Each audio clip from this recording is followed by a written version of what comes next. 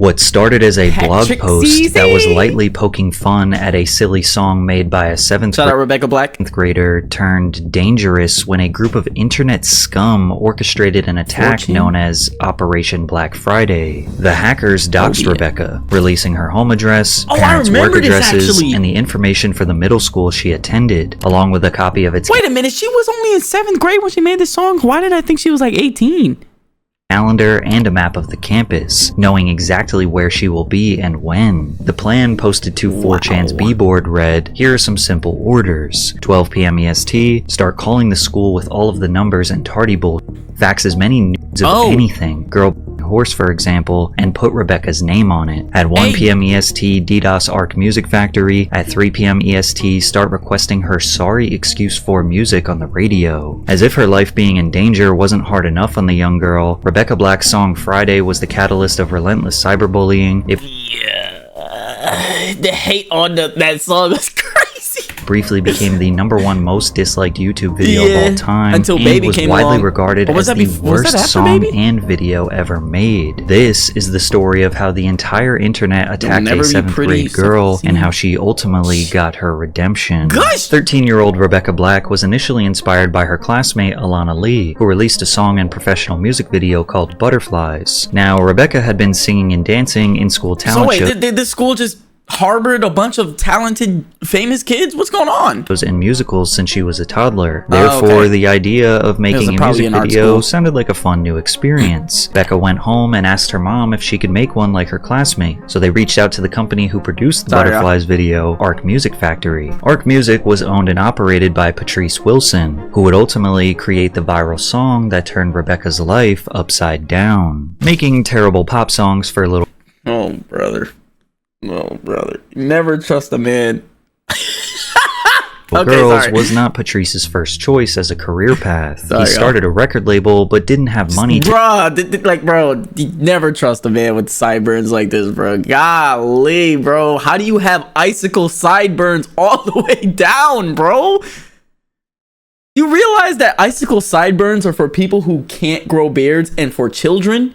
And they usually stop here? Like here by your eyes. That's okay. To give artists for that should recording look drawn and marketing on top costs. of it. Instead, artists would pay him using Arc Music as a gateway to the entertainment industry. For a couple $1,000s, Arc Music would write a song, get a studio, produce the song, take photos, record a video, and even submit all of that to more legitimate labels. However, Patrice soon realized his company primarily attracted one specific group: fame-hungry teenagers and their parents who could afford to risk the multi-$1,000 investment. The first audition was more like, what the heck is going on? These are all kids. We tried to go with being selective, but when you're also starting a business, we can't be too selective. Despite the young teens being his only clientele, he always managed to fit himself in the videos, whether he was just acting, singing background vocals. Yeah, you know who that's just like, bro? You know the dude that's in Fetty Wap's music videos? Just my boy right here. Bro, or rapping his own verse. It's almost like he saw Ludacris jump on Justin Bieber's song Baby, which earned over 1 billion views, peaked at number 5 on the Billboard Hot 100, and sold over 10 million units, and crafted his entire business model to try to recreate that moment. Okay, so Baby did now, come first. Rebecca's mom just wanted to support her daughter's passion, so she paid the $4,000, and Patrice seemingly slapped together something that was good enough to fulfill the excitement of a 13-year-old girl. Then they sent me, it was called It's Friday. That's at the her? time. Wow, she looks so different. And I was just like, cute. Okay, whatever. Nobody's gonna see this. Like, let's run it, you know? They recorded the song, then filmed the music video at Rebecca's house with all of her real friends to make her more comfortable on camera, and Rebecca said the experience was pretty normal. It wasn't really like this big glamorous reveal. Wait, no, she looks the same, really. I had gone to Forever 21 to pick out my outfit the day before. I had invited a few of my friends. I thought that would be a lot more fun. I rember doing that performance shot, not knowing what to do with my arms. So I think if you watch the video, like I'm just standing and dancing like this for the whole time. God, it was a fun day. Rebecca didn't hear anything back from Patrice for a few weeks after the shoot. She never got to see a rough draft or make any creative decisions on the video edit. The first time she saw the video was when it was uploaded to YouTube on February 10th, 2011. What did you think of the song and the video and everything at first? I think I was probably more concerned about like myself than anything. Yeah. Like I was so hyper focused on this is what I look like on camera and just picking my own self apart and like I look a little awkward there and like because this was never meant to be like this is my pop star debut. Yeah. Like I was literally just on my own vibe. Over there? Like sorry. I didn't really consider it to be something that was going to be seen by a lot of people. So Becca got to show her friends and classmates the video, and it just seemed like it would be a cute memory for her to look back on. The video got 4,000 views in the first 28 days, but on the 29th day, Rebecca's world was about to come crashing. So, you know what's crazy? 28 days, that's how YouTube like measures their months or whatever, or their like analytic periods, like 7 days, 28 days, what is it, 90 days, 365. Imagine you put it up 28 days, you're like, oh shit, I got 4,000 views. Cool, I'm rocking with it. Nice. Next thing you know, that shit got a couple bill down. But first, a quick word from today's sponsor, Aura. Bank of America recently announced a data breach, and here's what's really disturbing. They didn't tell anyone for months. On average, it takes a company 277 days to that will be enough time for Aura to find out if any of your personal data is exposed. On March 11th, 2011, the song was posted to Comedy Central star Tosh.0's blog with the title, Songwriting Isn't For Everyone. At the time, the Tosh.0 website was averaging 3.2 million visitors, which was just enough traffic to start this viral storm. The blog post was merely criticizing the song's terrible lyrics, even acknowledging that she did not write them, which was true. It was written entirely by Patrice Wilson, and to be fair, the lyrics are pretty bad. The song is essentially about an average middle school girl's life on a Friday, waking up in the morning, eating cereal for breakfast, going to the bus stop, seeing your unlicensed friends drive up to your house and not being confused by that. This is why I thought she was 18, because they're in a car. You're in 7th grade. But rather not knowing what seat to take. Nobody wanted to admit it at the time, but the chorus was objectively catchy. Who doesn't love Friday? Who isn't looking forward to the weekend? However, the part where Patrice clearly exhausted the little creativity he did have was in the bridge where he had Rebecca sing, yesterday was Thursday, today it's Friday, we so excited, tomorrow is Saturday, and Sunday comes afterwards. And then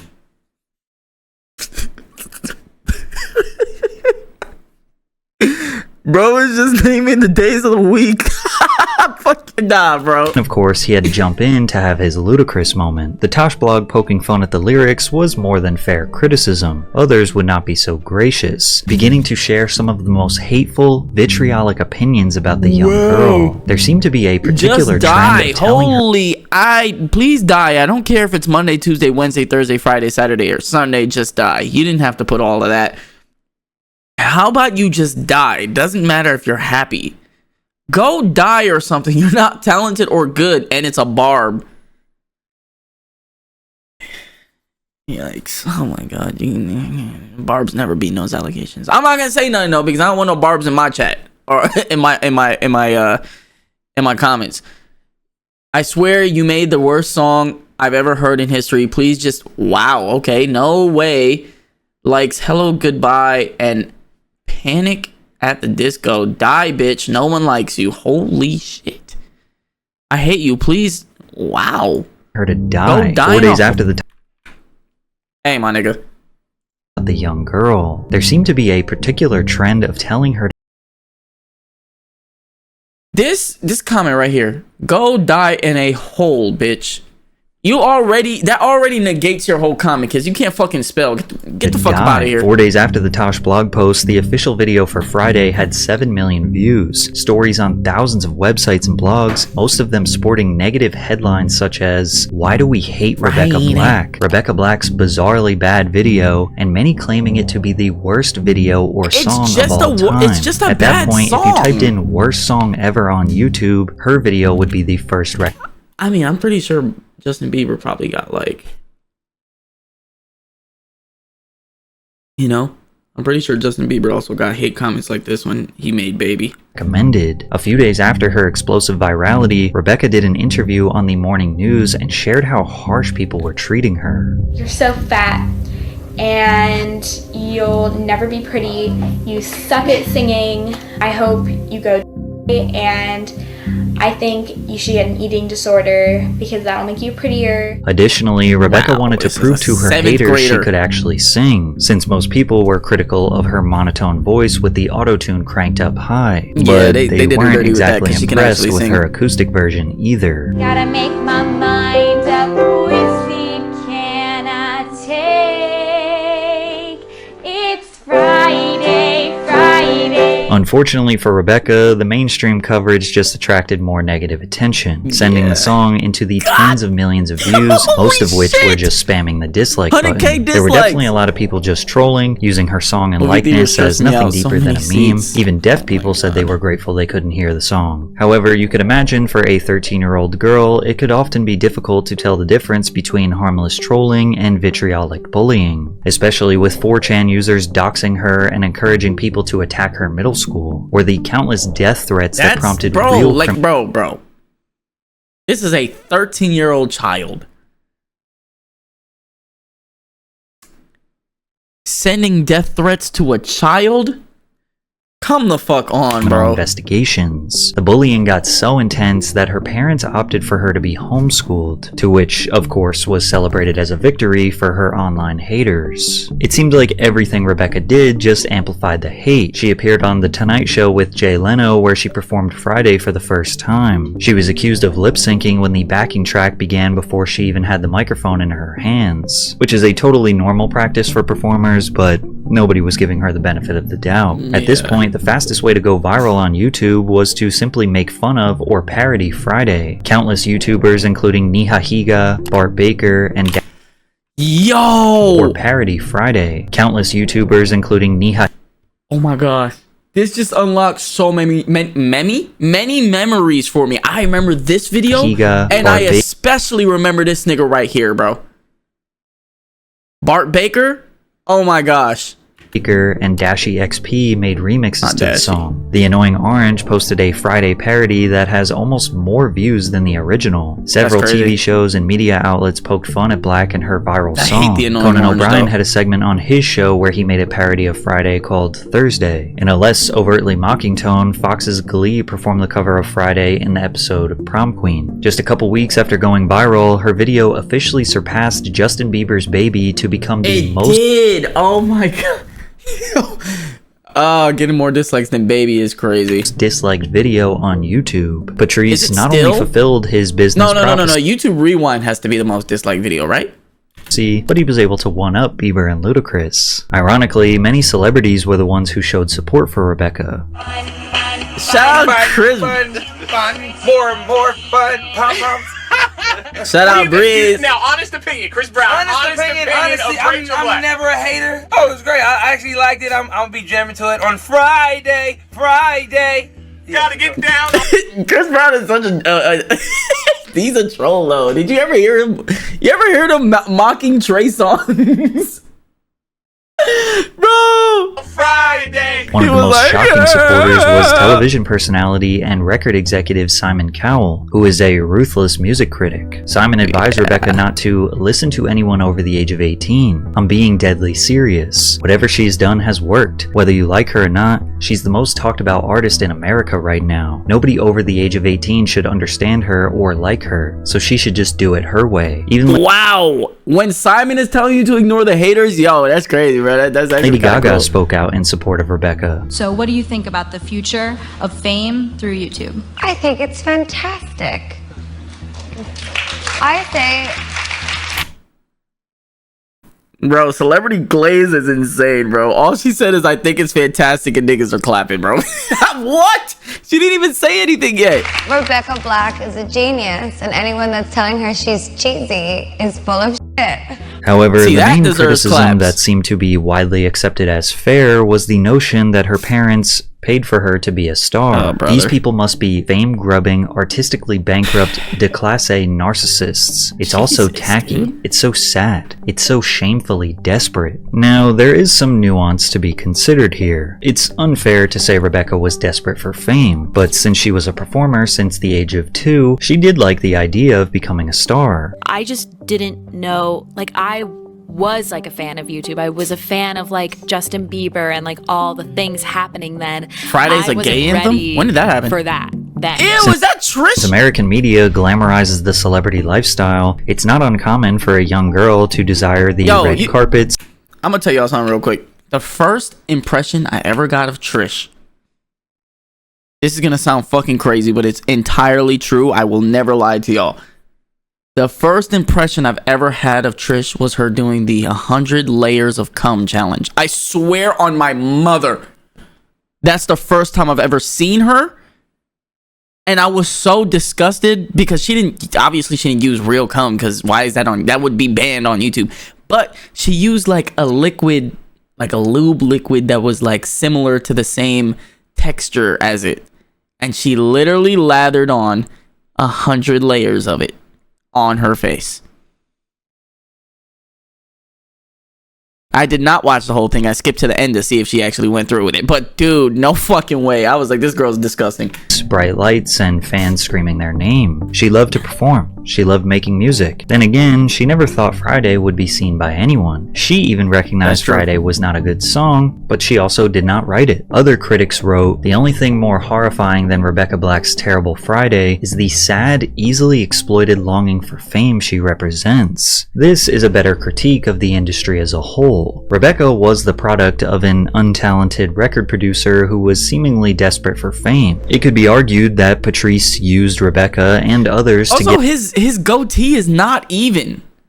Himself At least the nigga got a beard finally, but still. As a viral songwriter and music mogul, someone who could make your child's pop star dreams come true. He even hosted talent auditions on Good. Like, and it's like, it's done. It'd be different if it grew out uneven, but they did it for him, and it's uneven. One side over here is mad thin, the other one is a little bit thicker. This is what his shit look like. Morning America for his next star, only for it to be a commercial for his auto-tuned microphone toy. To make matters worse, Rebecca and her mother sued Arc Music Factory for copyright infringement and unlawful exploitation of publicity rights. The original agreement was that Black would own the exclusive rights to the song since they paid the recording and production costs. But then Arc Music began selling ringtones without their permission. See, this shit is bothering me, bro. Why the fuck is your goatee uneven, bro?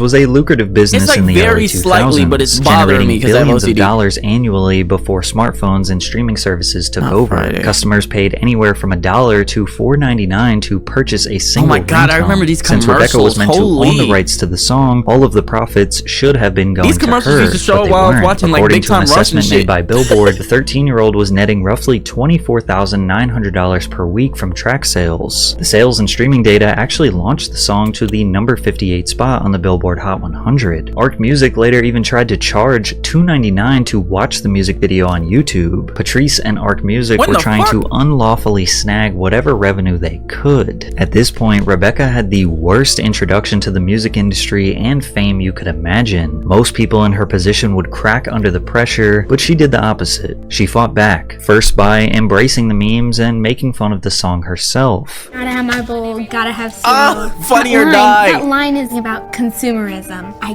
gotta have my bowl. I gotta have my cereal. I love Funny or Die. These things in modern I used to love this shit. And for some people, it's a mortgage, and others, it's a bowl of cereal. Well, they had Justin Bieber cursing on Funny or Die before anything else. Is actually a metaphor for American foreign policy. Front seat Afghanistan, back seat Iraq. We gotta make our mind up. Then by fighting Arc Music to retain full ownership of her song and re-uploading it. Hey yo, where this gun, bro? To her official YouTube channel. My mom said to me, we can either keep it up on YouTube or take it down. I said, no, I'm not going to give them the satisfaction of making me take it down. No, this is going to work out. I just want to let it go. Let it do its thing. Were you guys ever able to make any money from that whole situation? Yeah. Yeah. Yeah. I mean, I own the master to the song. Okay. Yeah, so I didn't write bread. it, so I don't own the publishing, but I own the So you own the recording. So anytime anybody used the song, you get paid. So that's nice though that you at least made a little bit of money from it. And you still are you still getting paid for sometimes people use it and Yeah, sometimes. Nice. Patrice desperately tried to recreate this viral moment with other young acts after Friday, but failed miserably. Rebecca then started posting YouTube videos consistently, building a real fan base of people who understood that she was just a normal girl who got stuck in an unfortunate situation. I think that's good. I don't want to have to like look back when I'm older and then like, wow, I wasted all the time being young, being unhappy. She was even invited to star in Katy Perry's music video for her hit song, Last Friday Night. Last Friday Night! She continued to release singles, but none of which matched the success of Friday, with fans believing that her debut was what caused the lack of support. If this was pushed by Disney, it would have been loved. In 2013, Rebecca teamed up with YouTuber Dave Days to release a song titled Saturday, peaking at number 55 on the Billboard Hot 100. Some felt this was a positive way for her to jab back. And you know what like this reminded me of? Y'all know who Asher Roth is? I Love College.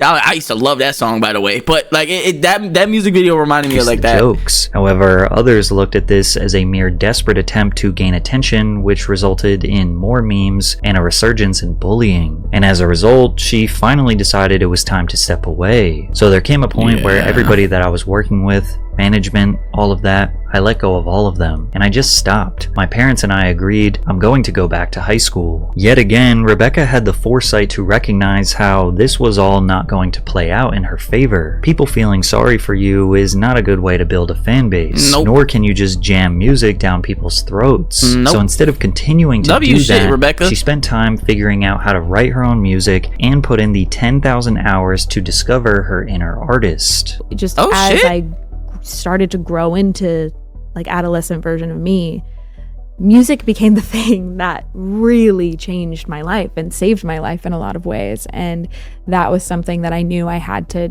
dive into myself without other opinions. So when I graduated high school, I moved up and I just started writing, and I wrote a lot of bad songs, like a lot. I had to go through that in order to really learn the repetition, and also learn that like if I'm ever gonna do this in a way that is meaningful and good, I have to trust that I have something to say, which is like artist 101. She re-entered the game with a significant social media following, who remained open-minded towards her new music. In the summer of 2016, Rebecca released the song titled The Great Divide, her first release of new material in almost 3 years. It reached number 23 on the US dance charts, but that would unfortunately be her last The Great 100? The Billboard Top 100? I never heard it. Song to make the charts. Every year since 2016, she kept her foot on the gas, dropping multiple songs per year and experimenting with various genres, refusing to give up on this dream. Then, in a dramatic twist of fate, the very song that once destroyed her, she was able to rewrite its history and catapult a resurgence in her career. In 2021, to commemorate the 10th anniversary of her infamous debut, Rebecca Black released a hyperpop remix of Friday, produced by Dylan Brady of 100 Gex, and featuring eclectic artists such as Dorian Electra, Big Freedia, and 303. The track was reimagined to a frenetic Dorian Electra, Big Freedia, and 303. You know, one big for me, because I'm a fucking vegetarian. The track was reimagined to a frenetic symphony of glitchy beats and warped vocals. The music video is a kaleidoscopic explosion of Y2K aesthetics with futuristic elements. She was also able to get herself a web redemption from Daniel Tosh, the man who arguably caused this virality in the first place. To say. Do you blame me for making people aware of the video? Or do you give us credit for making it? I do give you credit. Oh, you give us credit for it. For both. We were obviously, let's not, you know, we weren't like, oh my God, this is the greatest song in the world. We were like, look at this. This is insanity. I mean, it was a little bit insane. I mean, some of the lyrics are silly. Yeah. Her debut studio album, Let Her Burn, received generally favorable reviews, solidifying her place in the hyperpop realm. She did it. Rebecca Black made a solid little album and proved she is capable of pulling together a respectable pop record. Recently, she performed a phenomenal Boiler Room DJ set where she showed her deep knowledge and taste for hard-hitting techno bangers, and the crowd went absolutely wild in support of her playing a Friday remix. 7 a.m. waking up in the morning, gotta get fresh, gotta go downstairs, gotta have my bowl, gotta have cereal, seeing everything, but time is gold. She had two choices. Make this song ruin my life, make this song make my life. Actually mad inspiring to see how she flipped the script. At first, it was funny to tease Rebecca Black, but now people recognize we were way too harsh on an innocent 7th grader who was just— Thank you. I don't when this song came out, I didn't even hate her. I was just like, man, this is kind of a bad song, but whatever. I wasn't on the internet talking about some. I think that has to be a gene, bro. I think hating has to literally be a gene, because there's no way I would spend any moment out of my day to comment on a random song instead of just clicking off of it if I didn't like it, or make a tweet about it. Oh my, like, bro, what?